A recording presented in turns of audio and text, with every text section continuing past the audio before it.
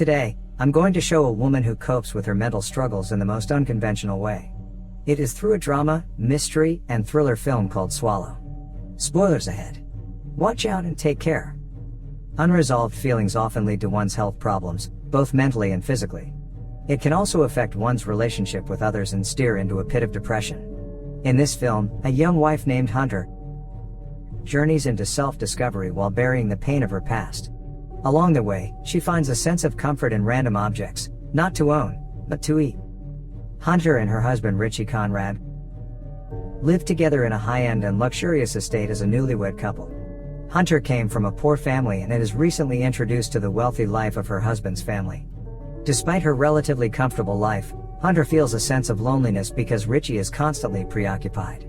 Even at home, Richie prioritizes his work and business over conversing with his wife. After some time, Hunter finds out that she is pregnant, and Richie is delighted with the news. He immediately calls his parents, Catherine and Michael, to inform them of Hunter's pregnancy. All of them decide to meet up at a restaurant to celebrate the exciting news. However, whenever Hunter wants to share something, Richie and his family easily brush her off. This makes Hunter feel irrelevant, as she lacks knowledge of the family business. The following day, Catherine gives Hunter a self-help book and insists that she needs it. Before leaving, Catherine also comments on how Hunter should grow her hair, as Richie prefers girls with long hair. The way that Hunter's mother-in-law talks to her feeds her insecurities. She has not admitted to herself that she struggles mentally, but Catherine already hints that she knows. This makes her more self-conscious about how she acts around Richie's family. Hunter opens the book, and the first quote she sees is, "Every day, try to do something unexpected. Push yourself to try new things." She ends up staring at a box of trinkets and develops an impulse to eat a marble. After doing so, Hunter feels a sense of satisfaction, having done something genuinely unexpected. The following day, Richie gets mad at Hunter for ruining one of his favorite ties, so she says sorry. Despite her sincere apology, Richie remains mad at her. Hunter manages to remove the swallowed marble from her system and thoroughly cleans it. She places it gently on a glass tray as if it is something special and sentimental. Hunter spends the day watching educational pregnancy-related videos in preparation for her motherhood. She suddenly receives a call from Catherine, who invites her over to their family home. Catherine asks Hunter what she did for a living before meeting Richie. Coming from a poor family, Hunter used to sell toiletries and jumped from different side hustles to provide for herself. Upon hearing this, Catherine comments on how lucky Hunter is for meeting Richie and being part of their family. Out of the blue, Catherine asks Hunter if she is happy or just pretending to be. She is clearly taken aback by her mother-in-law's question and replies that she is at the happiest point of her life. At the back of her mind, no amount of material wealth would heal her from her past. For Hunter, it is difficult enough to admit that she suffers mentally. Hunter feels a sense of guilt whenever she thinks that she is sad because many people would kill to be in a comfortable home and a well-off life. At home, Hunter decides to clean the house to distract herself from her conversation with Catherine. Upon vacuuming the carpet, she finds thumbtacks stuck on the machine and places them on the kitchen counter. Hunter looks at it intently and puts it in her mouth. This time, she snaps out of her weird impulse and spits the thumbtacks out. She sits down to take some time to calm herself down, but she couldn't help but look at the sharp object. After minutes of resisting herself, Hunter walks to the kitchen and swallows the thumbtacks. She gets hurt in the process, causing her to have difficulty breathing. However, Hunter tearfully smiles upon feeling the thumbtacks go to her system. She holds her belly and lies down in bed, proud of herself that day. That night, Richie brings his friends over to their house, but he doesn't even bother to introduce them to Hunter. Instead, they all hang out in the pool while Hunter feels extreme pain in her stomach. She heads to the bathroom, where she vomits out the thumbtacks, leaving the toilet all bloody. Just like the marble, Hunter places the thumbtacks in her special tray. An achievement unlocked often comes with an object that would solidify one's triumph. Hunter finds more satisfaction in swallowing the objects than interacting with her husband and his family. It is the only thrill in her life after she became Richie's husband, and not even motherhood excites her as much as the object does. One of Richie's workmates, Aaron, sees Hunter washing off a bloodstain on her dress. He approaches her to ask if anything is wrong, but she claims that everything is fine. Under the influence of alcohol, Aaron asks if he could get a hug from Hunter, which she finds weird. After claiming that he is lonely, Hunter opens her arms to him, and both of them embrace. For the next few days, Hunter appears to be more lively and energetic. She is more smiley and inspired to move around the house, even completing the nursery room. As days go by, she continues to add more inedible objects to her tray while reading pages from Catherine's book, even eating some of the pages. One day, the young couple visits the hospital for an ultrasound and is happy to hear that the baby is well. However, the technician finds an anomaly in her abdomen, and the sensor hurts under, which causes her to scream. She is immediately brought to the emergency room for surgery, where the doctor retrieves various objects from her intestine. Her condition is labeled as pica, a psychological disorder that compels an individual to swallow inedible objects. Richie gets mad at Hunter at home for not telling him about her condition before they got married. He lashes out at her, inconsiderate about Hunter's feelings. It shows how both of them married each other for any reason but love. At that point, Hunter realizes that Richie's love for her has bounds, and that he does not accept her for her imperfections. She spends all her time being the woman that Richie wants her to be, which makes her struggle more with her identity crisis. Richie's family arranges a meeting with Alice, a psychiatrist in the city. During her first therapy session, Hunter is hesitant to share about her childhood and family life. When Alice asks Hunter why she swallows objects, she claims that the textures give her a satisfying feeling.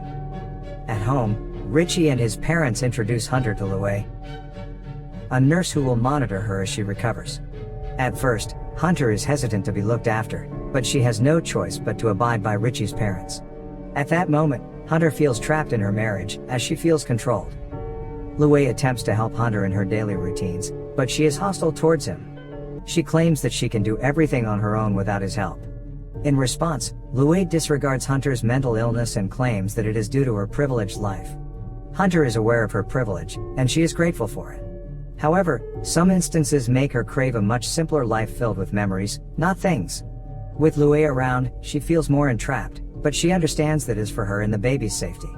It creates a concept in her mind that she has to give Richie a child, an inheritor. With this, she feels that her body is controlled, and the child inside her does not feel like her own. Whenever Hunter goes to the bathroom, Louie checks if she has anything with her that she could swallow. However, Hunter has already kept a stash of items in the bathroom and continues with her obsession. During her next session with Alice, Hunter claims that the objects she swallows give her a sense of control. It is very unconventional, but those things are somehow making her life easier. The session is cut short because Hunter has to attend Richie's birthday party with their friends and relatives. At the party, Hunter looks rather happy and smiley. Not until she bumps into Bev, their friend, who accidentally says something about her stomach. It triggers Hunter, who finds it a sensitive topic, so Bev apologizes repeatedly. Richie and Hunter talk in private, and she expresses her frustration about him sharing her condition with the people at the party. Her husband surprisingly brushes off her concern and says that she should not ruin his special day. Richie's treatment toward Hunter makes her question their marriage. Her husband feels like he can do anything he wants as long as Hunter benefits from his money. Hunter realizes that her life revolves around her husband, and she lives it according to his liking. As Hunter grows more comfortable with Alice, she shares about her childhood issues during their session. Hunter reveals that her mother was a victim of an assault, and she was its product. Her father's real name is William Irwin, and he is now a free man. Hunter carries a picture of him in her bag all the time and claims that she has moved on. As Hunter finally shares her life story, Alice cuts her off, saying that their session has ended. One morning, Hunter plants flowers in the garden, an activity she has delayed for so long. She has an impulse toward eating the soil in her hands, but she overcomes it. Upstairs, she hears Richie talking to Alice on the phone about her sessions. Alice reveals Hunter's past to Richie, causing him to be confused. Hunter feels completely betrayed and hyperventilates after her husband leaves for work after realizing that Richie knows about her past. Hunter has spent most of her life hiding that one dark secret from everyone. Hearing it from the very person she trusted the most, Alice, makes her feel unsafe. Her father's crime feels like a stain she could not remove from her life, and she cannot reassure herself enough that it is fine. In their bedroom, Hunter breaks down and crawls under the bed. She cries uncontrollably, and Louie stays beside her for comfort. Hunter eventually wakes up and runs to the kitchen to find something to swallow. While Louie is asleep, Hunter gets a miniature screwdriver and swallows it. However, the tool gets stuck in her throat, and Louie wakes up just in time to call 911. Luckily, Hunter survives after the operation and is more distressed than ever. Upon returning home, Richie and his parents inform Hunter that she will be admitted to a psychiatric hospital until the baby is born. She pleads to stay with them, but Richie will divorce her if she doesn't go, according to Michael.